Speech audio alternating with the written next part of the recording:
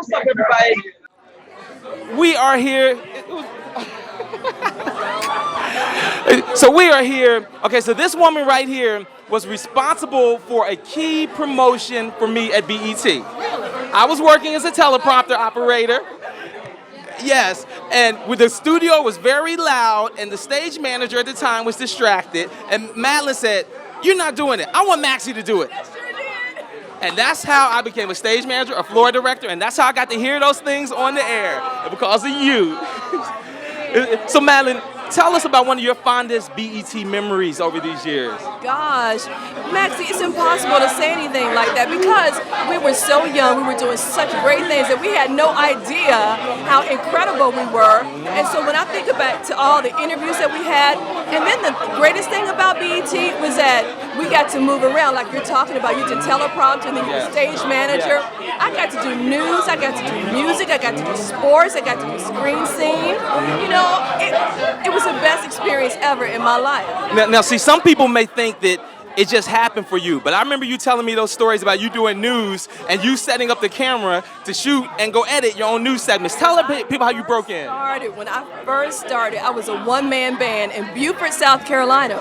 So that meant that I had to go out and find my story, do the interviews, set my 40-pound camera up on a tripod, carry all that around by myself in heels with hair and makeup, and then take it back, write the story, edit it, and anchor the news.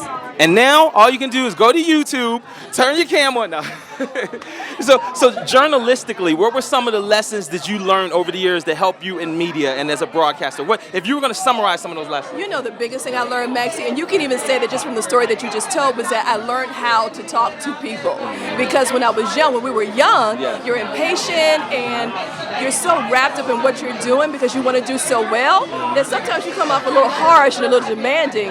When I was at BET, I learned how to kind of finesse that a little bit better. And so I'm so glad I learned that early because it served me the rest of my life, you know? Absolutely. Now what about in terms of media business? What are some entrepreneurs and some business lessons that you may have been inspired by, in addition to Mr. Johnson or some of these other folks? You know what's so funny is that the industry has changed so much. When we were there, we had to be professionals. We had to go to school, we had to study, we had to practice, you know, and those kind of things are gone now. You can be an Instagram model, and that's not to say that I'm putting it down, but they don't have the same background and training and savvy, and they just don't have that what we have. When you're doing a live shot for breaking news, you might be able to slip by in entertainment, but in news, you better know what you're talking about. And that was what the big difference is, and what was so important to me. You had to do your legwork. You had to know how to handle an interview because everybody didn't want to talk to you. So I saw you handle that situation many times. I know. But again, the thing about BET was that we just got to do everything. It was really a training ground for us to just become professionals. And every one of us who left has gone on to do great things. Yes, thank you, Madelyne.